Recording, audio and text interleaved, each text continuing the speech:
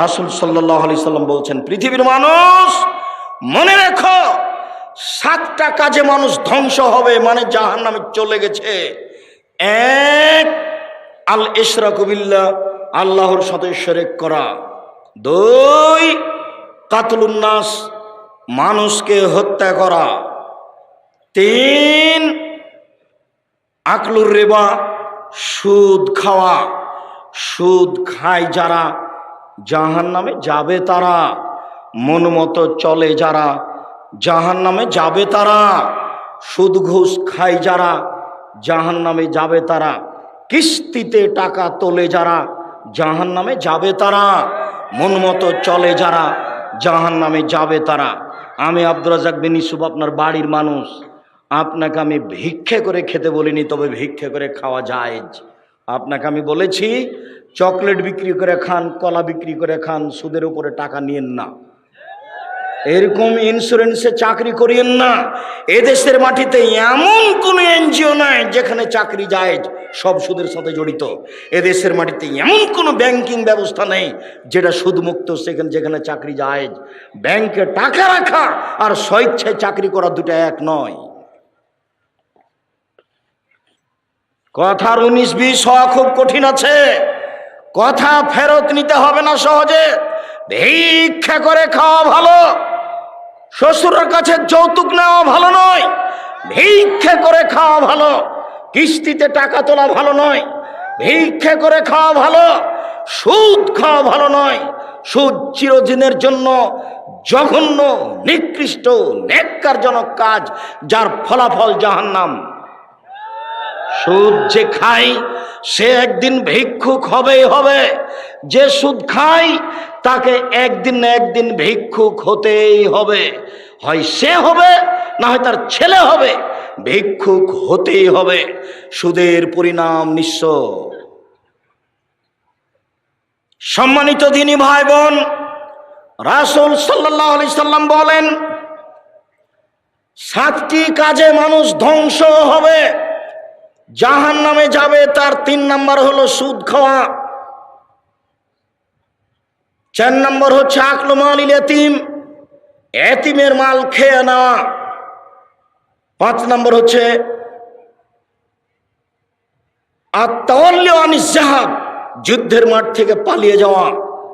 6 নম্বর হচ্ছে কাজফুল মুহসানাতিল মুমিনাতিল গাফিলাত, ভালো মানুষের উপরে অপবাদ দেওয়া, ভালো মহিলার উপরে অপবাদ দেওয়া। দলীয় কৌশলে, দলীয় ক্ষমতায় দাঙ্গাবাজি করে, ক্ষমতা দেখিয়ে, দাপট দেখিয়ে, স্বৈরাচারী, স্বেচ্ছাচারী, বদমেজাজি দলীয় দাপট দিয়ে একটা নিঃস্ব মানুষের উপরে বদনাম চাপিয়ে তাকে জাতির সামনে অপমান করেছে। বেটা, ক্ষমতা দেখে কয়দিন বাঁচতে চাও তুমি? ফেরাউন ডুবে গেছে। মনে রেখো, তুমি দাম্ভিকতা দেখিয়ে, দলীয় দাপট দেখিয়ে, ক্ষমতা দেখিয়ে, অর্থ দেখিয়ে, দাঙ্গাবাজি করে, জুলুমবাজি করে, দাম্ভিকতা দেখিয়ে, স্বৈরাচারী হয়ে, স্বেচ্ছাচারী হয়ে, বদমেজাজি হয়ে 1 মিনিট বাঁচার চেষ্টা করিয়েন না। ফেরাউন ডুবে গেছে। আপনারও নৌকা ডুবে গেছে, নৌকা উঠবে না বলে রাখলাম আপনাকে। যাকে অপমান করেছেন তার কাছে আজকে ক্ষমা নিতে হবে সকাল হতে হতে। তাছাড়া আপনার নৌকা ডুবে গেছে, তাহাজ্জুদ দিয়ে টিকতে পারবেন না, হজ দিয়ে টিকতে পারবেন না, কোন পথ দিয়ে টিকতে পারবে না। জুলুমবাজ যারা, দাঙ্গাবাজ যারা, মানুষকে অপমান করে যারা, মানুষকে জেল হাজতে দেয় যারা, দলীয় দাপট দেখায় যারা, তাদের নৌকা ডুবে গেছে, উঠবে না। নৌকা মহানন্দা নদীতে ডুবেনি, সাগরে ডুবে গেছে, যেখান থেকে উঠানো যাবে না। একটাই পথ, যার সাথে অন্যায় হয়েছে তার হাত ধরে ক্ষমা নিতে হবে। 1 থাপ্পড় রিকশাওয়ালাকে মেরে আপনি জান্নাত কিনতে পারবেন না তাহাজ্জুদ পড়ে। রিকশাওয়ালাকে থাপ্পড় মেরে, নিরীহ মানুষকে অপমান করে তাহাজ্জুদ পড়ে আপনি জান্নাত কিনতে পারবেন না, অসম্ভব। বিচারের মাঠে যখন বিচার আল্লাহ শুরু করবেন, তখন বিচারের সূচনাতেই তিনি বলবেন, আল ইয়াউমা লা তামলিকু নাফসুন লিনাফসিন শাইআ, আজ কোন মানুষ কোন মানুষের কোনো উপকার করতে পারবে না। একচ্ছত্র মালিকানা আমার। আইনাল জব্বার, আইনাল মুতাকাব্বির, আনা মালিকুল আমলাক। স্বৈরাচারী, স্বেচ্ছাচারী, বদমেজাজি, অহংকারী, দাঙ্গাবাজারা কোথায়? আমি আজকে রাজাধিরাজ। এই কথা বলে বিচার শুরু করবে। মাটির মানুষে থাকবেন একবারে নির্ভয় হয়ে। আপনার বাপ হলো মাটির তৈরি, আর আপনি হলেন শুক্রকীট, ঘৃণিত খারাপ জিনিস, গন্ধময় জিনিসের তৈরি। আমার বাপ কিসের তৈরি? মাটির তৈরি। আর আমি হচ্ছি একটা নিকৃষ্ট খারাপ গন্ধময় জিনিস, শুক্রকীটের বীর্যর তৈরি। আমার কেন এত ক্ষমতা? আমি কেন মানুষের সামনে জুলুমবাজি করি? কেন আমি মানুষকে দাপট দেখাই? আমার বাপ মাটির তৈরি, মানে মাটি হয়ে যাব। আর আমি হচ্ছি শুক্রকীট, একবারে পচা দুর্গন্ধময় জিনিসের তৈরি, যাতে গোসল করা লাগে, যাতে কাপড় অপবিত্র হয়ে যায়, তা দিয়ে আমি তৈরি। আমার কেন এত ক্ষমতা? আমার কেন এত দাপট? আমার তো ভিত্তিই ভালো নয়। আমি যেখান থেকে এসেছি, গায়ে কাপড়ে লেগে গেলে কাপড় খাঁচা লাগে, বোঝা যায় না কথা? আমি এই কথা বলিনি, এই কথা আল্লাহ বারবার বলছেন কোরআন মাজিদ। এই কথাই বারবার বলছেন যে তুমি কেন অহংকার করো? তোমার বাপ মাটির তৈরি আর তুমি বীর্যের তৈরি, তোমার অহংকারের কি আছে? তোমার অহংকার সাজে না, তোমার দাম্ভিকতা সাজে না, তোমার জুলুমবাজি সাজে না। সম্মানিত দিনী ভাই বোন, জাহান নামের জন্য অপেক্ষা করিয়েন না। পৃথিবীর 3 শ্রেণীর মানুষ জাহান নামে যাবেই। 3 শ্রেণীর মানুষ জাহান নামে যাবে। এক, মদমেনুল খামর, যারা নিয়মিত বিড়ি, তামাক, জর্দা, সিগারেট, গুল, নেশাদার দ্রব্য খায়, পান করে, তারা জাহান নামে যাবে। আজ থেকে এই সারা চাঁপাইনবাবগঞ্জে, এই দেবীনগর থেকে নিয়ে, সুন্দরপুর থেকে নিয়ে, আপনার যত আছে, টিকলির চর থেকে নিয়ে, নমপট থেকে নিয়ে যত এলাকা আছে, সব এলাকাতে আর কোনোদিন বিড়ি সিগারেট বিক্রি হবে না। সেদিন যেমন বলে গেছি যে ডুলি বিবি শব্দটাতে পেশাব করে দিয়ে উঠো, মানে ডুলি বিবি শব্দ আর কোনোদিন ব্যবহার করব না। 20-30 বছর পরে কেউ যদি বলে ডুলি বিবি, তখন আর একজন বলবে ডুলি বিবি কি গো? তখন আমাদেরকে বুঝাতে হবে অনেক দিন আগে ডুলি বিবি প্রথা ছিল, বরের সাথে যুবতী মেয়েরা যেত ঢং করে, সাজ করে, সেইটার নাম ডুলি বিবি। এখন এটা বাদ পড়ে গেছে। চাঁপাইনবাবগঞ্জে বিবাহের শুরু থেকে শেষ পর্যন্ত একটা কাজও যায় না, সবই হারাম। 32 বছর থেকে বলছি, কে এখন পর্যন্ত দাঁড়িয়ে আমাকে বলে না যে নাদরাজ সাহেব এইটাই ঠিক? সাহস হবে কোথায়? সবই যে খারাপ, একটাও যে জায়েজ নয়, একটাও জায়েজ নয়। সবাই মিলে বউ দেখতে পারে না, এটা হলো হারাম। বায়না প্রথা, বায়না করে তার হাতে টাকা দিবে, এটা হলো হারাম। থুবড়া, সারা গ্রামের লোক মেয়েটার মুখে ক্ষীর দিচ্ছে, আরে বউয়ের মুখে ক্ষীর দেয়, এই মেয়েটা সারা গ্রামের বউ হলো কি করে? তাহলে হিসাব বেটা গায়ে লাগে না কেন? গায়ে কি সবই পুজ? সবই পুজ নাকি? একটু রক্ত নাই? আপনারা এসে ঠিক বলেছেন। আর নইলে এমন কথা বলেন কি করে? জবাব দিতে হবে। আমি জবাব দেওয়ার জন্য প্রস্তুত। এই নীতিতে শুধু প্রস্তুত নই, এই নীতিতে পেশাব করে দিতে প্রস্তুত। এই নীতি জাতি থেকে উঠিয়ে দেবো, চাঁপাইনবাবগঞ্জ জেলা থেকে বিদায় করে দেবো। 2 যুবতী মেয়েরা সারা রাত গীত গাইবে কণ্ঠস্বরে, আর থুবড়া খাওয়াবে সারা দিন, সারা রাত। সব গ্রামের লোক এসে বসবে, তার সামনে ক্ষীর তুলে দিবে। আশ্চর্যের নোংরা নীতি। আমি বলেছিলাম কাজী সাহেবের ওই খাতাকে টয়লেট পেপার হিসেবে ব্যবহার করতে হবে পেশাবের জন্য, পায়খানার জন্য। কেন? ওতে আছে 4টা সাক্ষী। তখন ওই কাজী সাহেব আমার উপরে খুব ক্ষেপে গেলেন, সম্ভবত মানিকগঞ্জ থেকে। আমাকে তখন আমি বলছি, জনাব ক্ষেপছেন কেন? শুধুমাত্র জেনা প্রমাণ করতে কয়টা সাক্ষী লাগে? পৃথিবীতে আর কোনো কাজে 4টা সাক্ষী লাগে না, শুধুমাত্র জেনা প্রমাণ করতে 4টা সাক্ষী লাগে। আল্লাহর নবী বলেছেন একটা বিবাহ বৈধ হওয়ার জন্য বাপ লাগে, 2 জন সাক্ষী লাগে। উকিল বাপ হারাম, চিরদিনের জন্য হারাম। উকিল বাপ চিরদিনের জন্য হারাম, চিরদিনের জন্য হারাম, কিয়ামত পর্যন্ত হারাম উকিল বাপ। উকিল বাপই নাই। খুলনাতে, চট্টগ্রামে, বরিশালে উকিল বাপই সেদিন থেকে বাপ। আর আসল বাপ আর বাপ নয়, ওই উকিল বাপই সেদিন থেকে বেটির বাড়ি যাবে, বেটি উকিল বাপের বাড়ি যাবে। এখন নাকি বাপ বেটি হয়ে গেছে। চাঁপাইনবাবগঞ্জের মতন গ্রামের সবাই নাকি চাচা, তো কার সাথে পর্দা করবে? গেওরা গ্রামের সবাই নাকি ভাই, তো কার সাথে পর্দা করবে? তাই পর্দা করার কেউ নাই। এখন এর বাড়ি ও যায়, ওর বাড়ি এ আসে। সালাম তো ভুলে গেছে, বলে আব্দুর রাজ্জাক আছো গো, এ বলে ঢুকে যাচ্ছে। অথচ এই বলে ঢোকা হারাম। আসসালামু আলাইকুম, দরজায় গিয়ে সালাম দিতে লজ্জা পাই। শতকরা 1999 জন লোক লজ্জা পায় আমার সামনে যারা বসে আছে। আজ থেকে নীতি পরিবর্তন করেন, করতেই হবে। এর নাম আত্মার সাথে জিহাদ। আজ থেকে এই বৈঠকে যত মানুষ বসে আছি আর কোনোদিন বাড়ির দরজায় গিয়ে বলবো না যে আমাদের মা খালেদার মা আছো, এ কথা বলবো না। দরজায় বলবো আসসালামু আলাইকুম। বলা যাবে না ইনশাল্লাহ বলছো না কেন? একটু লাভ দিয়ে উঠলে তো ভুলে যায় না, বলো ইনশাল্লাহ ইনশাল্লাহ। আর যদি কেউ সালাম ছাড়া ঢুকে যায় তাহলে কি করতে হবে? বাহির দরজায় যান, বাহির দরজায় যান, ওখান থেকে সালাম দিয়ে ঢুকেন। 3 শ্রেণীর মানুষ জাহান্নামে যাবে। 1, বিড়ি তামাক জর্দা সিগারেট গোল নেশাদার দ্রব্য খায় পান করেছে। 2, আর রাজনাত মিনান নিসায়ে, পুরুষের বেশধারী নারী, পুরুষের জুতা স্যান্ডেল পরে, পুরুষের শার্ট প্যান্ট পরে, পুরুষের পোশাক পরে। এই এলাকা থেকে এখন রাস্তা পাকা হয়ে গেছে। এই সুন্দরপুর নারায়ণপুরের ছেলে মেয়েরা বেশি শিক্ষিতা, এরা এখন মনে করেছে বেটি ছেলেরা যে আমাকে নিজেকেই বাজার করতে হবে। কেন? ওর স্বামী যখন কাপড় কিনে নিয়ে এসেছে তখন কাপড়ে হাতে বলছে কি যে মোটা কাপড় কিনে নিয়ে এসেছে। তখন নিরুপায় হয়ে স্বামী বলেছে তাহলে তুই কিনে নিয়ে। তখনও যাওয়ার সুযোগ পেয়েছে।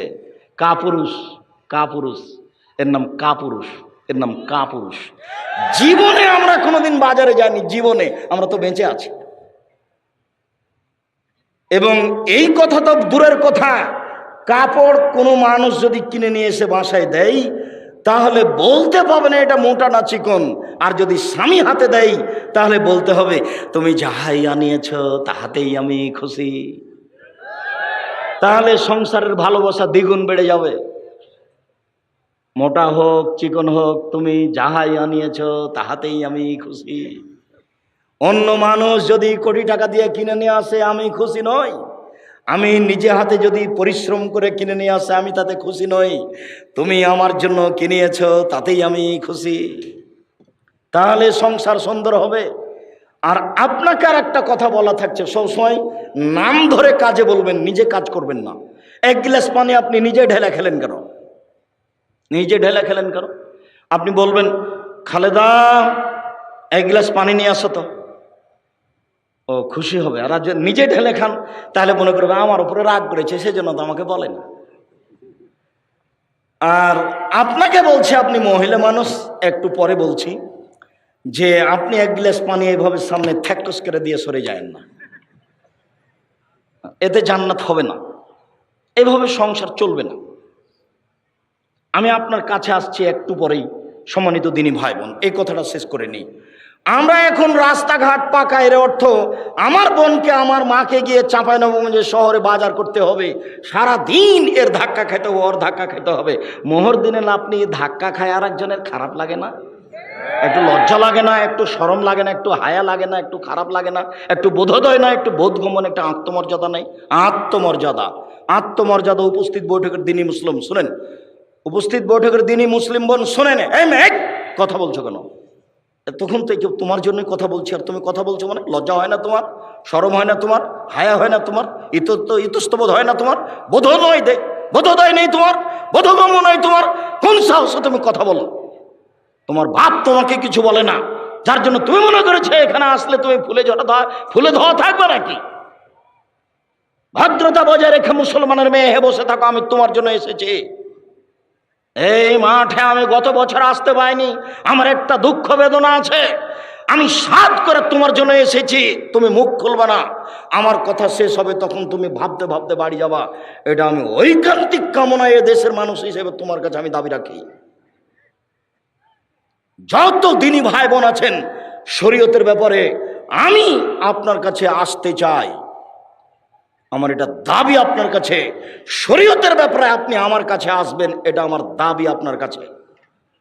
জাতির যদি রাস্তাঘাট করে দিতে না পারি, জাতির যদি স্কুল কলেজ করে দিতে না পারি, জাতিকে চূড়ান্ত সঠিক ধর্ম দিতে পারবো ইনশাআল্লাহ। ধর্মের ব্যাপারে জাতিকে ফাঁকি দিয়ে পরকাল হারাতে রাজি নই। আর ধর্ম নিয়ে চিন্তা ভাবনা করি, হাতে ফতোয়া লিখছি প্রায় 24-25 বছর থেকে। কাজেই কেউ চট করে একটা কথা বলবে আর সেটাই প্রমাণ হয়ে যাবে, কথা নয়। একটা মমর্ষ ব্যক্তি, জানাজা ব্যক্তি, লোককে কবরে থাকা নিয়ে প্রায় 241টা বেদাত আছে, পুরোটাই বেদাত। লোকটা মরে জান যায়। আপনি তার পাশে সূরা ইয়াসিন পড়লেন কেন? কেন পড়বেন? সূরা ইয়াসিন পড়ে কোনো কিছু হবে না, আপনি পড়লেন কেন? মরার সাথে সাথে আপনি মুখটা ঘুরিয়ে দিলেন কেন? সাদা কাপড় দিয়ে ঢেকে দেন। মরার সাথে সাথে আপনি পেট চেপে পেশাব পায়খানা বের করলেন কেন? এই মহিলা বৈঠকের মহিলা দিনী বোন শুনেন, আপনাকে বলছে, এদিকে শুনেন। মহিলাটা মারা গেছে, আপনি পেট চেপে পেশাব পায়খানা বের করলেন কেন? কে বলেছে আপনাকে? আপনি এখন নখ কাটলেন কেন? নখ তো যখন শ্বাস ছিল তখন কাটতে হতো, শ্বাস বন্ধ হয়ে গেছে, সব এখন বিধান বন্ধ। আপনি এখন নখ কাটলেন কেন? মোচটা ছোট করলেন কেন?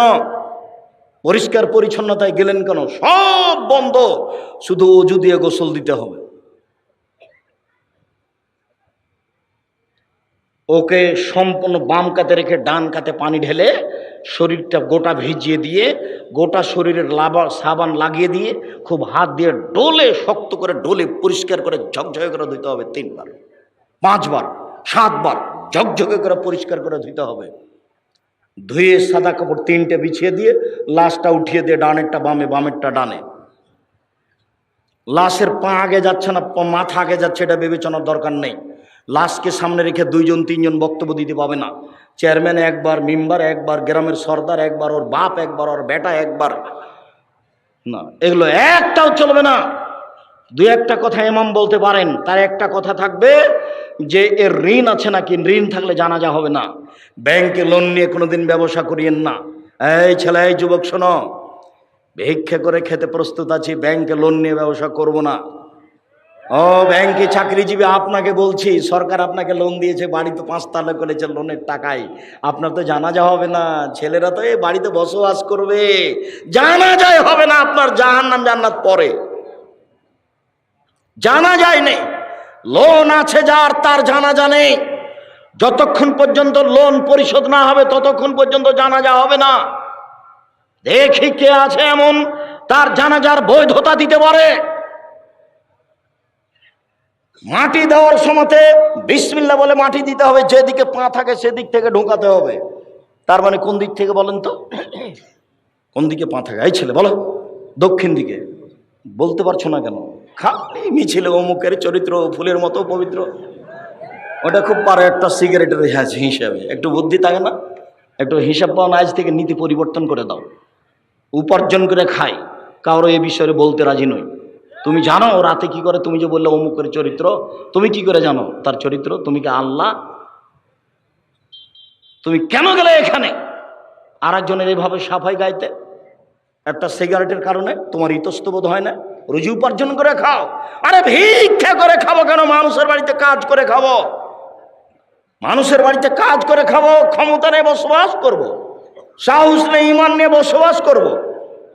একদিন চকলেট দিয়ে ব্যবসা করেছি, একদিন কাপড়ের ব্যবসা করব, একদিন কোটি টাকার ব্যবসা করব, একদিন উসমানের মতো ধনী হবে এই মাটিতে। ব্যবসা করে জাতির উপকার করব ইনশাআল্লাহ। চাঁপাইনবাবগঞ্জে বাড়ি, সেই জন্য 5 বছরে আম বাগান বিক্রি করে আপনার লন্ডনে বাড়ি করব না। 5 বছরের জন্য বিক্রি কয়েক কোটি টাকায়, এই একবার নগদ জাহান্নাম। কিভাবে দিন কাটছে কেউ একটু বুঝতে চায় না।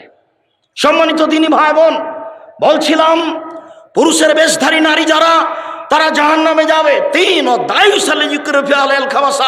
যে তার বাড়িতে বেহাইয়ের সুযোগ দিয়েছে, যার মেয়ে নগ্ন পোশাকে স্কুল কলেজে যায়, যার স্ত্রী নগ্ন পোশাকে চলে, সেই হচ্ছে দায়ুস। এমত অবস্থায় তাহাজ্জুদ পড়ে সফলতা অর্জন করতে পারবে না। সম্মানিত দিনী ভাই বোন, আমি এখানে মহিলাদেরকে আরো একটি কথা বলে সামনের দিকে যেতে চাচ্ছি। উপস্থিত বৈঠকের দিনী মুসলিম বোন, শুনে রাখুন, রাসূল সাল্লাল্লাহু আলাইহি সাল্লাম বলেন, 2 শ্রেণীর মানুষ আছে, ওরা জাহান্নামে যাবে, আমি তাদের দেখিনি। 2 শ্রেণীর মানুষ আছে, ওরা জাহান্নামে যাবে, আমি তাদের দেখিনি।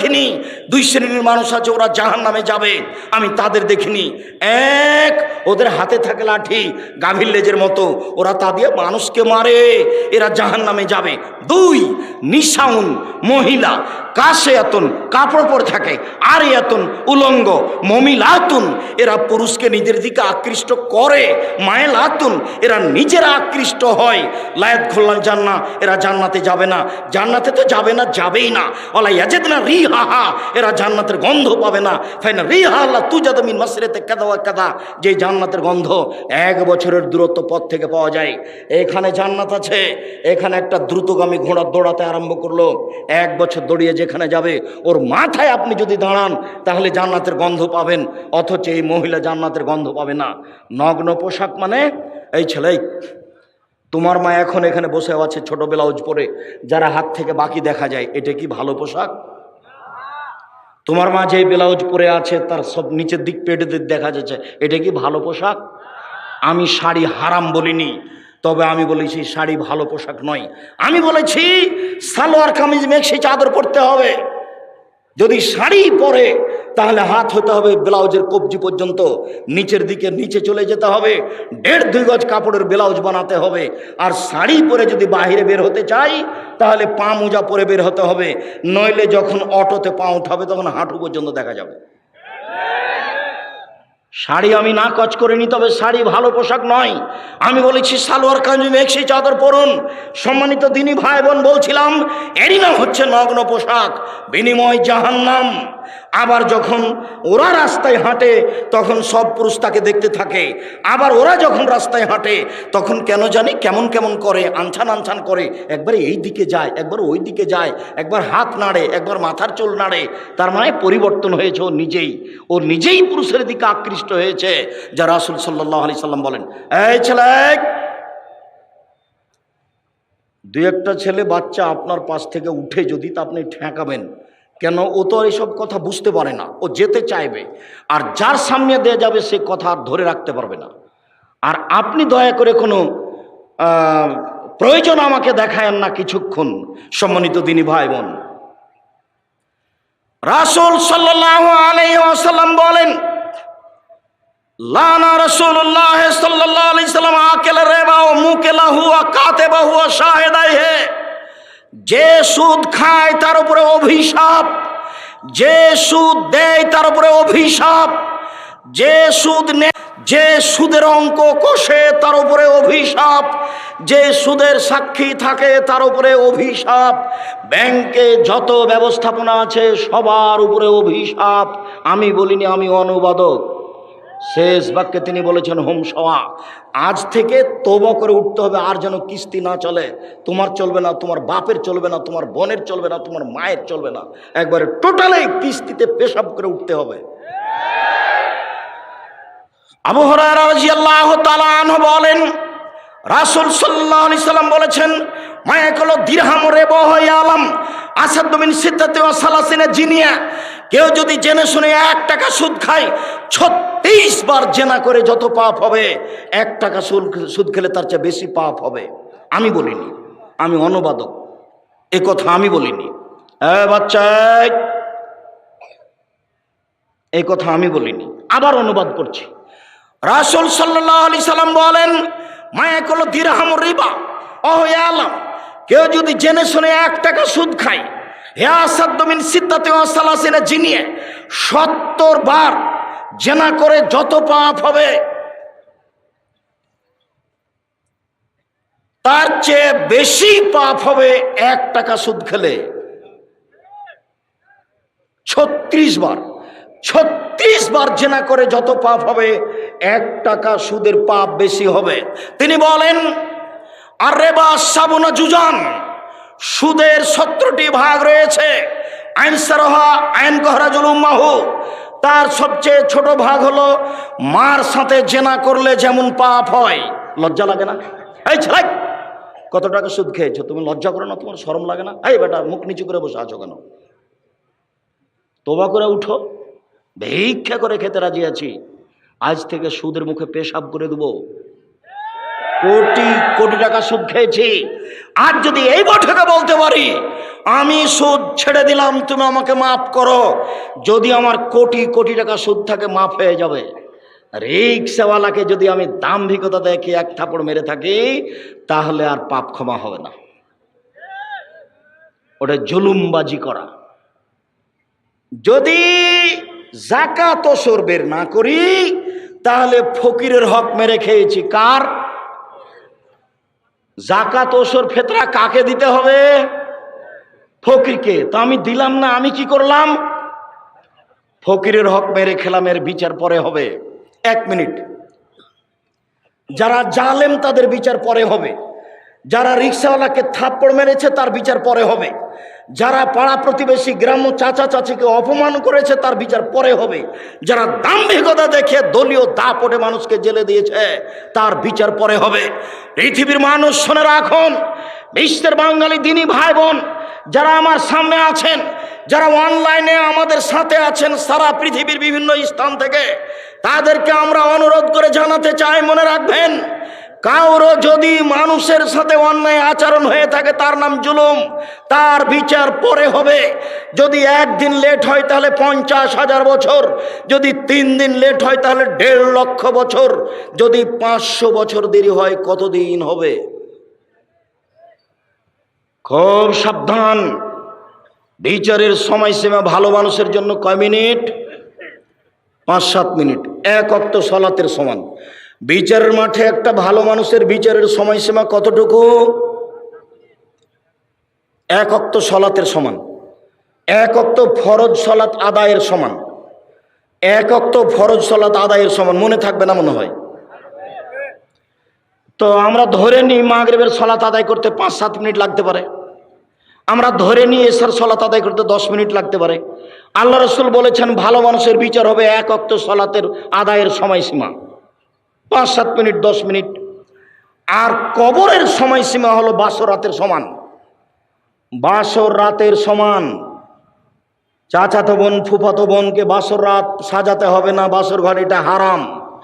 বাসর ঘর সাজাতে হবে এ কথাই ঠিক, কনেকে সুন্দরী করে সাজাতে হবে এ কথাই ঠিক।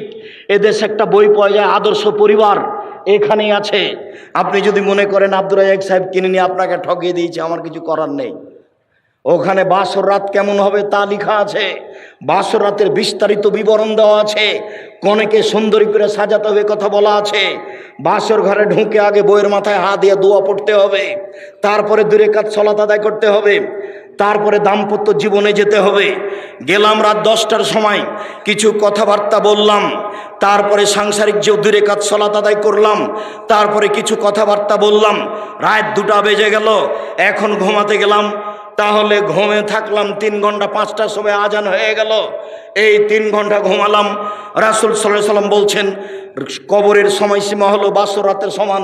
তাহলে মোটামুটি কবরের থাকার সময়সীমা হলো 2.5-3 ঘন্টা, 4 ঘন্টা এরকম হতে পারে।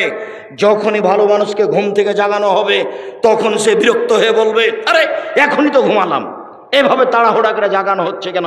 তাকে কেউ জাগাবে না তার কাছের মানুষ ছাড়া। আল্লাহ রাসূল বলছেন নাম কানামাতিল আরুসে, তুমি ঘুমিয়ে যাও বাসর রাতের ঘুমানোর মতো, তুমি ঘুমিয়ে যাও বাসর রাতের ঘুমানোর মতো। তুমি উত্তর সুন্দর দিয়েছ, লাইকে জহিল্লাহ বাহালি, তাকে কেউ জাগাবে না তার প্রিয় মানুষ ছাড়া, তাকে কেউ জাগাবে না তার প্রিয় মানুষ ছাড়া। যখন জাগাতে যাবে তখন বিরক্ত হবে, এই তো ঘুমালাম তুমি জাগালে কেন? অথচ ঘুমিয়ে আছে 2000 কোটি বছর থেকে, 400 কোটি বছর থেকে, 20,000 বছর থেকে, 50,000 বছর থেকে ঘুমিয়ে আছে। কিন্তু যখন তাকে উঠাবে তখন ও কি মনে করবে? বুঝাতে পারলাম না, কেবলই ঘুমালাম তো বাসর রাতের সমান, এই তো ঘুমালাম। যদি ভালো মানুষ হয় তাহলে কবরের সময়সীমা বাসর রাতের সমান। আর যদি ভালো মানুষ হয় তাহলে বিচারের মাঠের সময়সীমা কতটুকু? 5-7 মিনিট, 10 মিনিট, 1 ওয়াক্ত সালাত আদায়ের সমান। বিচারের মাঠে যদি জালেমের 1 দিন দেরি হয় তাহলে 50,000 বছর, 3 দিন যদি লেট হয় তাহলে 1.5 লক্ষ বছর, যদি 500 বছর দেরি হয় তাহলে কতদিন আমি বলতে অক্ষম। সম্মানিত দিনী ভাই বোন, ভুলেও কোনোদিন জুলুমবাজি করে 1 দিন 1 ঘন্টা বাঁচার চেষ্টা করবেন না। ফেরাউন ডুবে গেছে, আমার জন্য নৌকা ডুবে না যায়, আমি একটু বাঁচতে চাই। সংবরণশীল হয়ে, ধৈর্যশীল হয়ে, ধৈর্যের পরিচয় দিয়ে, কাউকে গালি না দিয়ে, দাম্ভিকতা না দেখিয়ে অল্প সময় বেঁচে থাকার চেষ্টা করুন। 1 মিনিট, একটা। আমার মা নকল করছেন আমার নানির কথা। আমার নানি আমার নানাকে বলতেন যে আশেপাশের লোক যে ধান কেটে নিল তুমি কখন যাবা? তখন আমার নানা উত্তরে বলতেন তো তো হুঁ যে বললে তো আমি কি বুঝলাম? যদি চাপ দিয়ে আমার নানি আদায় করতো তখন বলতেন যে আশেপাশের লোক কাটা নেক, তারপরে কাটবো। তো আমার নানার জীবন তো চলে গেছে, আমার নানির জীবন তো চলে গেছে। আমার খালা সিরাজউদ্দিন হচ্ছেন আমার খালু। তো আমার নানা আমার খালার বাড়িতে বেড়াতে এসেছেন, বেটিকে দেখতে এসেছেন। এখন দেখার পরে চলে গেছে বাড়িতে। তো আমার নানি জিজ্ঞাসা করছে বেটি কেমন হয়ে আছে? এটাই হলো শব্দ, আর কিছু না। এখন আমার নানি কি বুঝলেন? বেটি যে দেখা এলে তুমি তো কি বুঝলেন? হয়তো বেটির সাথে দেখাই হয়নি, বাইরে বসে থাকে কিভাবে চলে গেছে এমন হয়। তো দুনিয়া থেকে তো চলে গেছে, সময় তো শেষ হয়ে গেছে। এইভাবে বেঁচে থাকতে হবে না যাতে মানুষ কষ্ট পাবে, প্রয়োজন নাই। এই তো সেদিন ছিল 40 বছর বয়স, আজ দেখি 60 বছর বয়স। তাহলে আবার কয়দিন পরে ঘুম থেকে উঠে দেখবো আমার বয়স 77 হয়ে গেছে, 80, আমি এখন মরছি, ছেলেরা সব প্রস্তুত, তাড়াহুড়া করে চাপাই নিয়ে যাবে, মেডিকেলে নিয়ে যাবে, যেতে যেতে শেষ। কেন আপনি এই জীবনে এরকম করছেন? সম্মানিত দিনী ভাই বোন, রাসূল সাল্লাল্লাহু আলাইহি সাল্লাম বলেন, পৃথিবীর মানুষ শুনে রেখো, কেউ যদি 1 টাকা সুদ খায় তাহলে সুদের 70 ভাগের সবচেয়ে ছোট ভাগ হলো মার সাথে জেনা করলে যেমন পাপ হয়। ভাষাটা কেমন! সুদের ব্যাপারে আল্লাহ রাসূল যেমন ভাষা ব্যবহার করেছেন, পৃথিবী তার কোনো জায়গাতে কোনো পাপের ব্যাপারে এরূপ ভাষা ব্যবহার করেননি। এক খেলে একটু চেয়ে থাকবেন, কেউ নড়াচড়া করবেন না, নইলে বুঝতে পারবেন না আমি হাদিস একটা লম্বা অনুবাদ করছি। এই সুদ দেখাতে গিয়ে সামরা ইবনে জুনদুব রাদিয়াল্লাহু তাআলা আনহু বলেন, রাসূল সাল্লাল্লাহু আলাইহি সাল্লাম একদা ফজরের সালাত আদায় করে আমাদের মুখামুখি হয়ে বললেন, হাল রা আহাদুকুম মিনকুম আর-রুয়া, সঙ্গী সাথে তোমরা গত রাত্রে কোনো স্বপ্নে কিছু দেখেছো? কুলনা না, আমরা বললাম জি না, আমরা আজ রাত্রে স্বপ্নে কিছু দেখিনি। তিনি বললেন, ইন রাআইতুল লাইলাতা রাজুলাইনি, আমি গত রাত্রে 2 জন লোককে দেখলাম, ফাতায়ানি, তারা 2 জন আমার কাছে আসলো, ফাঁকা যাবে এদাইয়া, তারা আমার 2 হাত ধরে আমাকে টেনে নিয়ে যেতে লাগলো বাইতুল মুকাদ্দাসের দিকে। টেনে নিয়ে যেতে যেতে দেখলাম একটা লোক বসে আছে, একটা লোক দাঁড়িয়ে আছে, তার হাতে একটা লোহার বাঁকা লাঠি আছে। লোহার বাঁকা লাঠিটা তার মুখের ডান দিক দিয়ে ঢুকিয়ে দিচ্ছে, ফেড়ে বাম দিকে নিয়ে যাচ্ছে, আবার তার বাম দিকে লাগাচ্ছে, আবার মুখটা ফেড়ে পিছন দিকে নিয়ে যাচ্ছে। বাম দিক ফেড়ে ফেলতে না ফেলতেই ডান দিক আবার ঠিক হয়ে গেছে। যতবার এরকম করছে অপর দিক ঠিক হয়ে যাচ্ছে। আমি বললাম, জিবরাইল মা হাজা, একই কথা। তারা 2 জন বলেন, ইনতালেক, চলতে থাকেন। ফানতালেক না, কিছু না বলে চলতে থাকলাম। চলতে চলতে দেখি একটা রাজুল, একটা মানুষ শুয়ে আছে, পাশে একটা লোক দাঁড়িয়ে আছে, তার হাতে একটা পাথর আছে। ফাজারা বাহু দাদা দাহাল হাজারো ফানতালাকা ইলাইহে, তার মাথার উপরে মারছে জোরে পাথরের বাড়ি, মাথাটা ভেঙে একবারে ছাতু ছাতু হয়ে যাচ্ছে, পাথর ছিটকে দূরে চলে যাচ্ছে। সে পাথর নিয়ে আসতে যাচ্ছে, আনতে না আনতে দেখে মাথা ঠিক হয়ে গেছে, আবার মারছে, আবার পাথরটা চলে যাচ্ছে ওইদিকে, আবার নিয়ে আসছে। আমি বললাম, মা হাজা, একই দৃশ্য। তারা 2 জন বলেন, ইনতালেক, চলতে থাকেন। কিছু না বলে আমি চলতে থাকলাম। চলতে চলতে চলে আসলাম একটা গর্তের কাছে। আলা হুসাইয়ে কোনো আসফালও আছে, সেই গর্তের উপর দিক সংকীর্ণ, নিচের দিক প্রশস্ত। ওই তন্দুরি রুটি যে চুলাতে বানায় সেরকম। তার ভিতরে দেখি দাদা দাদা দাদা করে আগুন জ্বলছে। যখন আগুনটা জোরে জ্বলে উঠছে তখন ওর ভিতরে যা কিছু আছে সব উপরে চলে যাচ্ছে, মনে হচ্ছে যেন বের হয়ে পড়ে যাবে। ফাইজা খামেদাত রাজাউ ফিহা, যখন আগুনটা একটু কমে যাচ্ছে তখন সব ভিতরে চলে যাচ্ছে। ফাইজা নিসাউন ওরাতুন, দেখি উলঙ্গ অবস্থায় পুরুষ আর নারী জমা হয়ে দাদা দাদা করে উপরে উঠে যাচ্ছে, আবার নিচে নামছে, আবার উঠে উপর চলে যাচ্ছে। 2 জন জমা ধরে আছে, তাদের পরনে কোনো কাপড় নাই। দৃশ্য দেখে অবাক হয়ে গেলাম। আমি বললাম, মা হাজা, জিবরাইল, একই দৃশ্য, কালা। তারা 2 জন আমাকে কিছু বললেন না, ইনতালেক, চলতে থাকলেন। আমিও বললেন চলেন, আমিও চলতে থাকলাম। চলতে চলতে চলে আসলাম একটা রক্তের নদী। দেখি নদীতে শুধু রক্ত, পানি টানি নাই, কিছু নেই। রক্তের নদীর মাঝে একটা লোক আছে, পাশে একটা লোক রয়েছে। যে লোকটা পাশে আছে তার হাতে একটা আছে, পাথর আছে। যতবার রক্তের নদী থেকে লোকটা উঠতে চাচ্ছে ততবার পাশ থেকে থেকে মেরে তার মুখকে ভেঙে চুর করে দিচ্ছে, চুরমার করে দিচ্ছে, ও ভিতরে চলে যাচ্ছে, আবার আসার চেষ্টা করছে, আবার পাথর মারছে। আমি বললাম একই দৃশ্য। তারা দুজন বললেন ইনতালেক, চলতে থাকেন। আমি আর কিছু না বলে চলতে থাকলাম। চলতে চলতে চলে আসলাম একটা বাগানে। সেই বাগান দেখি খুব সুন্দর বাগান, অফিয়া সাজারান নাজিমা। বাগানে দেখি একটা খুব বিরাট গাছ, সেই গাছের পাশে দেখছি একটা বৃদ্ধ মানুষ হেলান দিয়ে বসে আছেন। দেখি একটা দূরে একটা লোক, তার হাতে একটা লোহার লাঠি আছে, ইকদুন্নারা, ও আগুনকে এভাবে লোহার লাঠি দিয়ে উত্তেজিত করছে। ফাসায়দাবিয়া সাজারা, তারা দুজন আমাকে ধরে গাছের উপর দিকে নিয়ে চলে গেলেন, মাঝামাঝি দিকে একটা ঘরে ঢুকে দিলেন। আরে গাছের মাঝামাঝিতে ঘর, এত সুন্দর দামি ঝকঝকে ঘর, ঝকঝকে ঘর আমি জীবনে কোনোদিন দেখিনি। সব কিছু দেখলাম। সেখানে দেখি যুবক, যুবতী, পুরুষ, নারী, বৃদ্ধ, সব বৃদ্ধা পরিপূর্ণ হয়ে আছে। তারা দুজন আমাকে সেখান থেকে বের করে নিলেন, আর উপরে নিয়ে গেলেন, আর একটা ঘরে ঢোকালেন। দেখি সেই ঘর আগের ঘরের চেয়ে অনেক উত্তম। সেই ঘরে আছে শুধু যুবক আর বৃদ্ধ মানুষ আছে। এইবার তারা দুজনকে আমি বললাম, এতক্ষণ পর্যন্ত যা কিছু দেখলাম আমাকে বলে দেন। তখন তারা দুইজন বললেন, আচ্ছা আচ্ছা ঠিক আছে, সব বলে দিচ্ছি আপনাকে। আপনি কি দেখলেন? ওই যে প্রথমে দেখলেন একটা লোক বসে আছে, তার মুখের ডান দিক দিয়ে লাঠি ঢুকিয়ে ফেড়ে পিছন দিকে নিয়ে যাচ্ছে, বাম দিকে লাঠি ঢুকিয়ে ফেড়ে পিছন দিকে নিয়ে যাচ্ছে। ফারাজুলুন কাযাব, মিথ্যা কথা বলতে। যারা জীবনে মিথ্যে কথা বলবে তাদের এই অবস্থা হবে। যতদিন পর্যন্ত বিচার না হয়েছে এরকম হতে থাকবে। মিথ্যা কথা বললেন কেন? সুলিও হবে না, ফাঁসিও হবে না। কেন আপনি মিথ্যা কথা বলতে গেলেন? কেন আপনি মিথ্যা সাক্ষী দিবেন? হাদিস বুখারী মুসলিম এক খেয়ালে চেয়ে থাকবেন, যার মুখ ফেড়ে ফেলা হচ্ছে এ হলো মিথ্যুক। বিচারের দিন পর্যন্ত এইভাবে তার শাস্তি হতে থাকবে। বিচার হলে কি হবে? বুঝাই যাচ্ছে জাহান্নাম হবে, তবে আল্লাহ ভালো জানে। দুই, ওই যে দেখলেন যে লোকটা শুয়ে আছে, পাশ থেকে পাথর মেরে তার মাথাকে ভেঙে চৌচির করে দেওয়া হচ্ছে। রাজুলুন আলেম, উনি হচ্ছেন মাওলানা মানুষ। উনি কেমন মানুষ? মাওলানা মানুষ। হুজুর এবার আটকা পড়েছে। বক্তা শ্রোতার পরিচয় বই পড়তে হবে, জরুরি। হুজুরকে দিয়ে জাহান্নাম উদ্বোধন হবে। কাকে দিয়ে জাহান্নাম উদ্বোধন হবে? হুজুরকে দিয়ে। আল্লাহ রাসূল বলছেন যে জিবরাইল আমাকে মেরাজে নিয়ে যাচ্ছেন উপরে। হঠাৎ দেখি অনেক মানুষ, যাদের ঠোঁট এবং জিভাকে আগুনের কেঁচি দিয়ে কেটে দেওয়া হচ্ছে, আগুনের কেঁচি দিয়ে জিভা কেটে দেওয়া হচ্ছে। আমি বললাম, জিবরাইল মান হাওলা, একই কথা। ছি ছি ছি ছি ছি জি, জিভা কেন আগুনের কেঁচি দিয়ে কেটে দেওয়া হচ্ছে? তখন জিবরাইল বলছেন, হাওলাই খতবান উম্মতেক, এরা হচ্ছে আপনার উম্মতের বক্তা, যারা বক্তৃতা করে বেড়াতো। আমি জানি না আপনার মুফাসসিরের কি হবে। আপনার মুফাসসির দিয়ারের মাটিতে এসে 3 ঘন্টা বক্তব্য দিল, তারপরে বলছে এই আয়াতের তাফসীর তো আরো 2 দিন লাগবে। আল্লাহর কসম, ওরকম তাফসীর দুনিয়াতে নাই।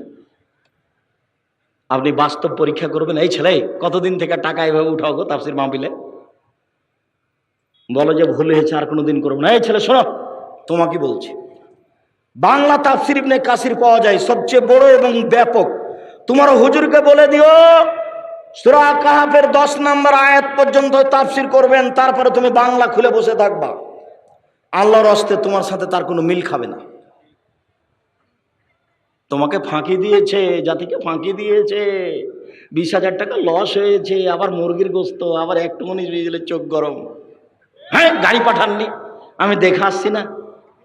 90 সাল থেকে দেখছি। কতদিন থেকে? 90 সাল থেকে দেখছি। আমি কোনোদিন বলিনি গাড়ি কোথায়, কোনোদিন বলিনি গাড়ি কোথায়, ব্যবস্থাপনা ভালো হয়নি কেন, কোনোদিন বলিনি। বিমানবন্দরে ঢুকে যখন বিমানে উঠতে যাই, তখন যারা নিয়ে যায় তারা বলে আপনি থামেন, আপনি এখানে বসে থাকেন। তো কিছুক্ষণ পরে বলে যে চলেন। তার মানে ওই আর সব আমলোক যে গাড়িতে উঠেছে ওকে আমাকে ওখানে উঠতে দিবে না। ওই পার্সোনাল একটা গাড়ি নিয়ে এসেছে, তার নাম ভিআইপি বলছে। আমি ভিআইপি হিসাব করি না কোনোদিন। যখন যেখানে যাই পিছনে মানুষ এমনি হেঁটে বেড়াচ্ছে। এরা আল্লাহর অশেষ দয়া। এর নাম দয়া। এর নাম কি? এর নাম দয়া। কোনো দিন একটা মিনিটের জন্য নিজেকে হিসাব করে চলি না, একটা মিনিট। এই যে আজকে এখানে এসেছি, কিছুক্ষণ আগে বাড়িতে যেভাবে ছিলাম সেভাবে এসে। মুসলিউদ্দিন বলছে যে দুবাই বিমানবন্দরে লুঙ্গি পরে আছেন, জরিমানা লাগবে। জরিমানা আগে লাগুক তো তারপরে দেখা যায়, জরিমানা আগে লাগুক। গ্রামের মানুষ খুব সাধারণভাবে থাকার চেষ্টা করি, আল্লাহকে বলি আল্লাহ আমার ভুল ত্রুটির কারণে জামিয়া সালাফের ক্ষতি না হয়। আর একটা বলি, আমি যদি কিছু এবাদত বান্দিগি করে পার হতে না পারি, তাহলে জনগণ যেসব কোরআন হাদিসের কথা বলেছি ওরা যে মেনে চলছে ওই দিক দিয়ে একটু বিচারের মাঠে পার করে দিও কোনো রকম করে, অন্তত এইটুকু তুমি দাবি রক্ষা করো। এইভাবে বলি আল্লাহকে। নিজে কিছু করে সফল হতে পারবো এমনটা মনে বলে না। সম্মানিত দিনী ভাই বোন, তারপরে আল্লাহ রাসূল বলছেন যে দুইজন বলছেন ওই যে আপনি দেখলেন যে লোকটা রক্তের নদীতে পড়ে আছে সে হচ্ছে সুদখোর। সুদ খেত যার কারণে তাকে রক্তের নদীতে ফেলে দিয়ে পাশ থেকে পাথর মেরে তার মাথাকে মুখকে ভেঙে চৌচির করা আছে, চৌচির করা হচ্ছে। পৃথিবীর দিনী মুসলিম ভাই বোন, সম্মানিত উপস্থিত দিনী ভাই বোন, যারা মিডিয়াতে আমাদের সাথে আছেন তাদেরকে আমরা অনুরোধ জানিয়ে বলছি, সুদ মহাপাপ, বিনিময় জাহান্নাম। কেউ যদি সুদ খায় তার উপর আল্লাহর অভিশাপ হবে, রাসূলের অভিশাপ হবে। কেউ যদি 1 টাকা সুদ খায় তা হবে 36 বার জেনা করে যত পাপ হবে, 1 টাকা সুদ খেলে তার চেয়ে বেশি পাপ হবে। কেউ যদি সুদ খায়, সুদের পাপের 17টি ভাগ রয়েছে। ছোট ভাগ হলো মার সাথে জেনা করলে যেমন পাপ হয়। কেউ যদি সুদ খায় তাহলে তাকে রক্তের নদীতে ফেলে দিয়ে তার মুখে পাথর মেরে তার মুখকে চৌচির করা হবে। অতদিন পর্যন্ত শাস্তি হতে থাকবে যতদিন পর্যন্ত বিচার না হয়েছে। ওই যে দেখলেন বিশাল গাছ, গাছের পাশে একজন বৃদ্ধ মানুষ বসে আছেন, তিনি হচ্ছেন ইব্রাহিম আলাইহিস সালাম। ওই যে একটা লোক দেখলেন যে লোহা হাতে করে আছে, জাহান্নামের আগুনকে উত্তেজিত করছে, উনি হচ্ছেন মালিক ও খাজিনের নারে জাহান্নামের মালিক, তিনি আগুনকে উত্তেজিত করছেন। এই যে আমি আপনার ডান হাত ধরে আছি, আমি হচ্ছি জিবরাইল। এই যে আপনার বাম হাত ধরে আছেন, ইনি হচ্ছেন মিকাইল। আপনি একটু মুখটা আকাশের দিকে করেন। আমি করলাম, আমি দেখলাম সুন্দর একটি ঝকঝকে ঘর। তারা বললেন এটা হচ্ছে আপনার ঘর। আমি বললাম দানি আদখুল মনজিলি, তাহলে আপনারা দুইজন ছেড়ে দেন, আমি ঘরে ঢুকে যাই। তখন তারা বললেন না না না না না না, আপনার বয়স বাকি আছে। যেদিন আপনার বয়স শেষ হয়ে যাবে সেদিন আতাইতা মানজিলাকা, আপনি আপনার ঘরে চলে আসবেন। হাদিস বুখারী। সম্মানিত দিনী ভাই বোন, আপনাকে আমি সুদের মতো নেককারজনক নোংরা পাপ থেকে বেঁচে থাকার জন্য অনুরোধ জানাচ্ছি। কেউ যদি সুদ খায়, কেউ যদি ঘুষ খায়, কেউ যদি ওসর যাকাত আদায় না করে, তাহলে সে রুজি দিয়ে জাহান্নামে যাবে। শুনুন, সে রুজি দিয়ে তার কোনো ইবাদত কবুল হবে না।